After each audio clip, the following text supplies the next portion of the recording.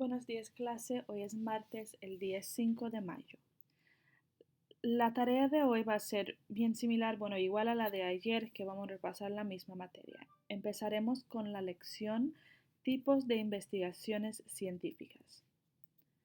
Las investigaciones científicas son un intento organizado de buscar, describir, explicar y predecir fenómenos naturales. Existen muchos tipos de investigaciones científicas que se pueden llevar a cabo. El tipo de investigación seleccionado dependerá de lo que se esté cuestionando en la investigación. Además, los científicos en ocasiones combinan aspectos de más de un tipo de investigación. Algunos ejemplos de tipos de investigación son desarrollo de modelos, experimentación controlada en un laboratorio, investigación de campo y observación y descripción de objetos, organismos o eventos. Desarrollo de modelos. ¿Qué es?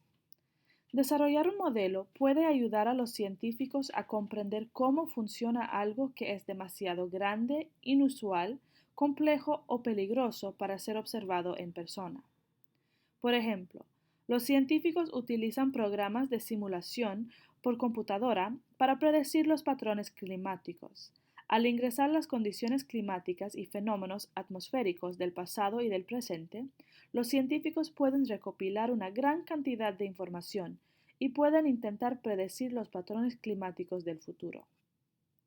Experimentación controlada en un laboratorio. Se utiliza la experimentación en laboratorio cuando las condiciones de un experimento requieren de mucha precisión o cuando un objeto u organismo no es estudiado en su ambiente natural. Esto es debido a que las condiciones del experimento pueden ser controladas en un laboratorio. En un experimento controlado en un laboratorio, debe existir una variable independiente, una variable dependiente y un control. La variable independiente es el factor que es manipulado por el investigador, es decir, lo que puede cambiar el científico. La variable dependiente es el factor que cambia como respuesta a la variable independiente. Los controles en un experimento son utilizados para hacer comparaciones y pueden ayudar a determinar la magnitud de los resultados del experimento. Investigación de campo. Este tipo de investigación se llevará a cabo si el objeto u organismo debe ser estudiado en su ambiente natural. Las investigaciones de campo son la mejor forma de aprender cómo funcionan las cosas en la naturaleza. Es importante no manipular o modificar las condiciones naturales cuando se llevan a cabo este tipo de investigaciones. Observación y descripción de objetos, organismos o eventos. Algunas investigaciones se enfocan principalmente en la observación y recopilación de grandes cantidades de datos. El principal propósito de este tipo de investigación es describir exhaustivamente algún aspecto específico de la naturaleza. Por ejemplo, un investigador podría recolectar especímenes de un tipo particular de insectos de muchos lugares distintos. Al documentar las observaciones sobre el espécimen, el científico puede definir con precisión algunos aspectos generales del insecto, tales como su color, largo, tamaño de cabeza, largo de pierna, etc. Las investigaciones de este tipo proveen una base sólida para que se puedan desarrollar investigaciones más específicas y experimentales. Las investigaciones científicas normalmente se rigen mediante el conocimiento científico actual, sin importar qué tipo de investigación se esté llevando a cabo. De esta manera, si un científico quiere realizar experimentos sobre el movimiento de un objeto, por ejemplo, deberá tomar en cuenta factores que ya han sido aceptados por la comunidad científica, tales como las leyes de la mecánica, las leyes de Newton. Algunas investigaciones científicas pueden poner al descubrimiento nuevos objetos o fenómenos, pero también hay cosas que no pueden ser estudiadas a través de investigaciones científicas. Es muy probable que preguntas sobre temas sobrenaturales, por ejemplo, no pueden ser estudiados a través de investigaciones científicas. Bueno, ahí está la lección. Ahora lo que vamos a hacer es mirar a las preguntas. Déjenme ver si la puedo abrir. Ok. Mirar a las preguntas y las posibles respuestas. Ustedes van a recibir 10 preguntas, ¿cierto? Pero en total existen como 30 preguntas de dónde van a venir las preguntas que van a ver ustedes. Lo que vamos a hacer en este momento es repasar cada pregunta de las 30 de la lección y repasar su respuesta con la explicación. Entonces, este va a llevar un poco de tiempo, ponen atención, pero al final ustedes van a tener todas las respuestas que necesitan con sus explicaciones y deben entonces sacar 100% en la prueba. Pregunta número 1. Georgina está interesada en los insectos y quiere hacer un experimento. ¿Cuál de las siguientes es una pregunta científica sobre insectos que puede investigar con ayuda de un experimento? A. ¿Es posible que diferentes tipos de alimentos afectan el crecimiento de los escarabajos? B. ¿Las hormigas sienten ansiedad? C. ¿Por qué hay tantos tipos diferentes de insectos en el mundo? O D. ¿Son más bonitas las luciérnagas que los escarabajos? Recuerden que tienen que estar buscando cuál de las siguientes es una pregunta científica sobre insectos que puede investigar con ayuda de un experimento. Okay. La respuesta del número 1 de la pregunta de Georgina es A. Okay. Y aquí está la explicación. Una buena pregunta científica debe ser comprobable y puede ser respondida con datos y hechos obtenidos por investigaciones, observaciones o experimentos. Las buenas preguntas científicas no se refieren a opiniones, por ejemplo. ¿Son más bonitas las luciérnagas que los escarabajos? O emociones. Por ejemplo, las hormigas sienten ansiedad y normalmente no comienza con ¿por qué? Por ejemplo, ¿por qué hay tantos tipos diferentes de insectos en el mundo? ¿Es posible que diferentes tipos de alimentos afecten el crecimiento de los escarabajos? Es una buena pregunta científica porque Georgina podría diseñar un experimento para comprobarlo. Sigamos a la pregunta número 2. Un modelo de 100 pulgadas cuadradas de un bosque está construido de la siguiente forma. Una pulgada cuadrada equivale a una milla cuadrada. Si el bosque tiene aproximadamente 85 pinos por pulgada cuadrada, ¿cuántos árboles debe de haber en el bosque? ¿Okay? Opción A es 850, B 8500, C 17000, D 1700. Y la respuesta del número 2 es B y la explicación. Si el modelo a escala del bosque es de 100 pulgadas cuadradas y tiene 85 pinos por pulgada cuadrada, tiene que haber aproximadamente 8500 árboles en el bosque. Número 3. Los objetos son demasiado pequeños o demasiado grandes. Los eventos que ocurren muy lentamente o rápidamente y los procesos que son muy complicados o demasiado peligrosos usualmente se representan con ¿qué? A. Todos estos. B. Modelos. C. Experimentos científicos controlados. O D. Colecciones de especímenes. La respuesta del número 3 es B. Y la explicación aquí está. Los modelos representan objetos, eventos y procesos del mundo real. Los modelos, por lo general, se usan cuando un objeto, evento o proceso ocurre demasiado rápido o lento, es demasiado pequeño o grande, o es demasiado complicado o peligroso. Okay, número 4. ¿Cuál de los siguientes es el mejor ejemplo de una buena hipótesis? A. A los guepardos les gusta correr rápido. B. Un guepardo puede correr rápido en la noche. C. Un guepardo puede correr más rápido que un tigre. O D. Los guepardos pueden correr muy rápido. La respuesta del número 4 es C.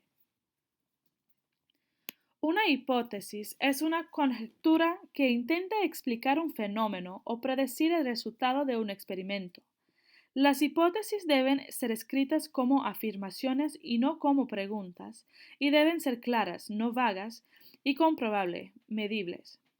Un ejemplo de una hipótesis comprobable es: un guepardo puede correr más rápido que un tigre. Las otras opciones no son comprobables.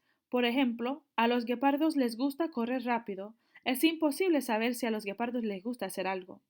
O son demasiado vagas. Por ejemplo, rápido es demasiado vago. ¿Qué velocidad es considerada como rápida?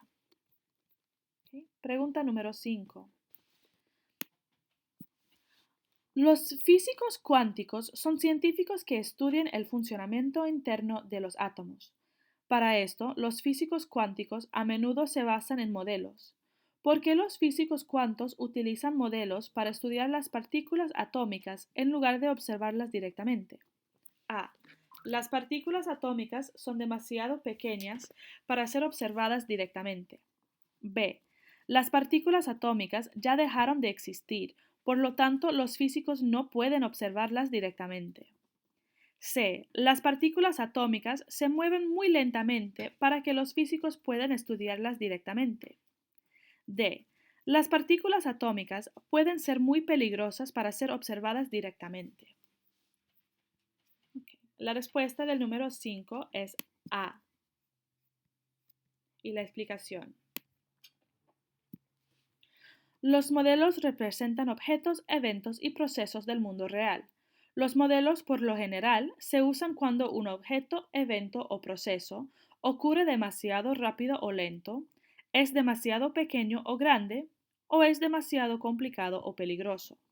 Los átomos, los componentes básicos de la materia, son extremadamente pequeños. Solo se puede ver con un microscopio electrónico. Las partículas atómicas dentro de un átomo son aún más diminutas. De hecho, más del 99.99% del espacio en el interior de un átomo está vacío, debido a que las partículas atómicas son tan pequeñas y tienen masas tan increíblemente diminutas. Volvemos a la pregunta número 6. La tercera ley del movimiento de Newton establece que toda acción tiene una reacción igual y opuesta. Los profesores de ciencias suelen construir un modelo para explicar esta ley mostrando cómo chocan dos pelotas que flotan en un charco de agua. ¿Cuál es la razón más probable de que los profesores de ciencias expliquen esta ley con un modelo? A. Los objetos gobernados por esta ley son demasiado pequeños para poder ser observados directamente. B. Esta ley no es aplicable a ningún objeto que se encuentre en la Tierra. C. La ley es una idea abstracta que puede resultar difícil de comprender sin ver cómo funciona. O D. Los objetos gobernados por esta ley son demasiado peligrosos para ser observados directamente. La respuesta del número 6 es C. Y la explicación. Esta parte ya lo hemos leído varias veces de qué es un modelo, pero entonces la explicación directa es esta. Las leyes del movimiento de Newton son ideas abstractas, es decir, que no son muy claras. A veces es más fácil entender ideas abstractas cuando se aplican a objetos en el mundo real. La pregunta número 7 es una más larga. A Tamara se le pidió que construyera un modelo que funcione de una formación terrestre para un proyecto científico. Ella escogió construir el modelo de un volcán. Tamara formó una base con arcilla y la pintó para que el modelo se asemeje al cono de cenizas de un volcán. Por último, Tamara mezcló en la base bicarbonato de sodio, vinagre y colorante rojo, para que esta mezcla imite a la lava saliendo del volcán. Una vez que ella terminó con su proyecto, el profesor le preguntó cuán útil es su modelo. ¿Qué factor determina mejor la utilidad del modelo? A. ¿Qué tan parecido es el color del modelo al color de un volcán real? B. ¿Qué tan parecido es el tamaño del modelo al tamaño de un volcán real? C. ¿Qué tan parecida es la composición del modelo a la composición de un volcán real? O D. ¿Qué tan parecido es el comportamiento del modelo al comportamiento de un volcán real? La respuesta del número 7 es D. Y la explicación, los modelos, esta parte es como siempre, y la explicación directa es esta. Aunque la apariencia de un modelo puede ser muy similar al del objeto que está siendo modelado, la utilidad de un modelo se puede determinar mejor como qué tan parecido es el comportamiento del modelo con el comportamiento del objeto real. Los modelos se utilizan usualmente para tener una mejor idea de cómo funciona un objeto o cómo se produce un evento o proceso. Sin embargo, si se utiliza un modelo como la única fuente de datos, no se garantiza que la hipótesis o las conclusiones emitidas sobre el objeto del mundo real sean correctas. ¿Okay? Volvemos a la pregunta número 8. Tatiana quiere estudiar la forma en que las corrientes de aire afectan los patrones del clima en la Tierra. Durante el estudio, ella asumió varios supuestos basando en los conocimientos científicos aceptados, incluidos: la Tierra es redonda, el aire caliente se eleva por encima del aire frío, el Sol es la principal fuente de energía para muchos de los procesos de la Tierra. ¿Es aceptable que Tatiana asuma supuestos durante su investigación? A. No, los supuestos nunca se permiten en una investigación científica. B. Sí, una investigación científica puede basarse en supuestos si estén claramente expuestos. C. Sí, cuando se realiza una investigación científica, los hechos científicos aceptados se pueden asumir como válidos. O D. No, Tatiana debe comprobar científicamente que sus supuestos son válidos como parte de su investigación. La respuesta de la pregunta 8 es C.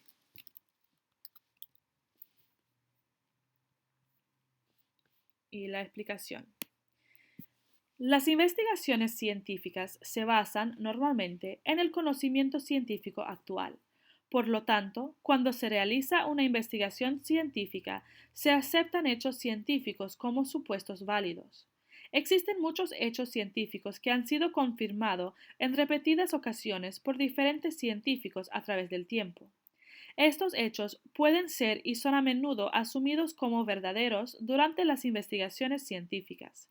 De hecho, si ciertos supuestos no pudieran hacerse, sería casi imposible determinar cómo se relacionan los fenómenos naturales. Los científicos deberían, sin embargo, basar sus investigaciones en supuestos científicamente válidos. Si un supuesto es falso, aunque esté claramente expuesto, ninguna investigación científica basada en este supuesto será útil. Sigamos a la pregunta 9. Un bote está navegando directamente de Nápoles a Palermo. De Nápoles a Palermo. A juzgar por la escala del mapa anterior, ¿qué tan lejos está Nápoles de Palermo? 75 kilómetros, 250 millas, 75 millas o 175 millas. Tienen que mirar aquí la escala que está marcando de 0 a 200 kilómetros o de 0 a 200 millas y marqué la distancia. La respuesta del número 9, lo pasé, es D y la explicación aquí está. El bote está navegando de Nápoles a Palermo, recorre una distancia de alrededor de 175 millas. La parte inferior de la escala de distancia indica las millas y marca hasta 200 millas. La distancia directa entre Nápoles y Palermo es un poco menor de 200 millas, pero es mayor que la marca de 150 millas en la escala. Por lo tanto, 175 millas es una estimación razonable. Vamos a la pregunta 10. Al realizar investigaciones científicas, los científicos suelen utilizar diferentes enfoques. Por ejemplo, un científico puede agregar un paso adicional en su investigación que no es necesario en otra. En otros casos, algunos pasos pueden repetirse o tener un orden distinto. Aunque existen diferentes formas para que los científicos aborden un problema, hay algunos pasos básicos que generalmente se realizan en el mismo orden. ¿Cuál es el orden más adecuado para una investigación científica determinada? A. Recolección de datos, conclusiones, preguntas, hipótesis. B. Hipótesis, conclusiones, preguntas, recolección de datos. C. Conclusiones, pregunta, hipótesis, recolección de datos. O D. Pregunta, hipótesis, recolección de datos y conclusiones. La respuesta del número 10 es D. Y la explicación está aquí. El orden más adecuado de estos pasos básicos para hacer una investigación científica determinada es pregunta, hipótesis, recolección de datos y conclusiones. Las investigaciones científicas usualmente incluyen otros pasos. A menudo es necesaria la fase de diseño experimental antes de la recolección de datos. Asimismo, un análisis detallado de los datos precede a las conclusiones. Vamos a la pregunta número 11. ¿Cuál de las siguientes afirmaciones es verdadera sobre una hipótesis científica? A. No hay ninguna hipótesis importante. B. Una hipótesis comprobable es importante, aun cuando la investigación demuestre que es falsa. C. Una hipótesis es importante solo si todas las evidencias le apoyan. O D. Cada una de las hipótesis es importante, sea comprobable o no. La respuesta del 11 es B. ¿Y la explicación? Todas las hipótesis comprobables son valiosas debido a que las investigaciones científicas correspondientes aportan pruebas, datos e informaciones a partir de las que los científicos podrán desarrollar otras teorías e ideas. No importa si al comprobar una hipótesis resulta ser correcta o incorrecta, siempre y cuando la hipótesis sea válida, es decir, clara, medible y comprobable. Bueno, paramos aquí por la 11. La segunda parte lo voy a tener que hacer un segundo video porque está quedando muy largo.